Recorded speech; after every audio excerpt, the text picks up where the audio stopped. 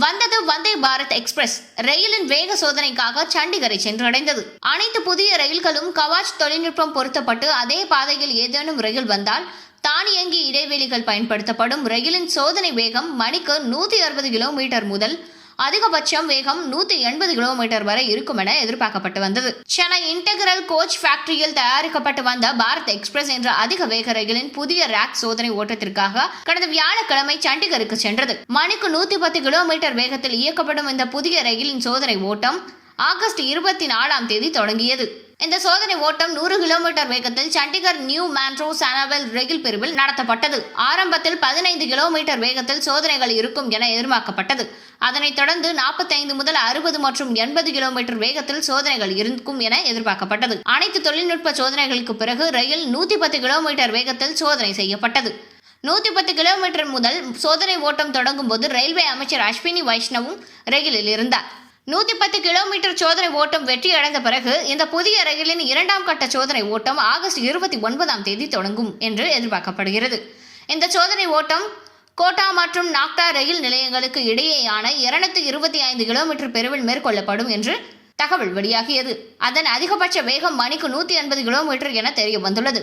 50,000 kilometre சோதனை ஓட்டம் முடிந்ததும் அதன் அறிக்கை ரயில்வே பாதுகாப்பு ஆணையருக்கு அனுப்பப்படும் என ரயில்வே தெரிவித்துள்ளது.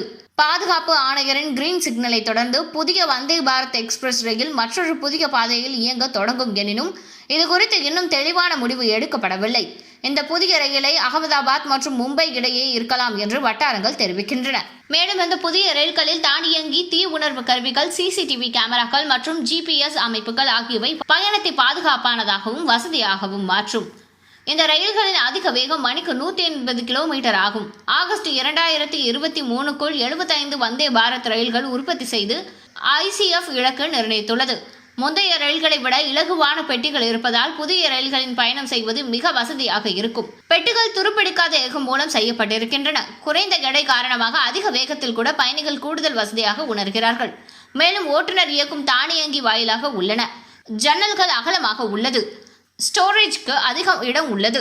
நிறுவப்பட்ட கழிப்பறை மேம்பட்டதாக இருக்கும். சில சிறிய பகுதிகளை தவிர பெரும்பாலான ரயில்களின் பாகங்கள் இந்தியாவில் தயாரிக்கப்பட்டவை என்று ரயில்வே வட்டாரங்கள் தெரிவித்தன. பயணிகளின் பாதுகாப்பிற்காக அனைத்து புதிய ரயில்களும் கவாச் தொழில்நுட்பம் பொருத்தப்பட்டு அதே பாதையில் ஏதேனும் ரயில் வந்தால் தானியங்கி இடைவெளிகள் பயன்படுத்தப்படும். ரயிலின் சோதனை வேகம் மணிக்கு 160 கிலோமீட்டர் முதல் அதிகபட்ச வேகம் 180 கிலோமீட்டர் வரை இருக்கும் என மதிப்பிட்டிருக்கிறது. 2 வந்தே பாரத் ரயில்கள் புதுடெல்லி வாரணாசி மற்றும் புதுடெல்லி வைஷ்ணவி தேவி கத்ரா இடையே இயக்கப்படுகின்றன.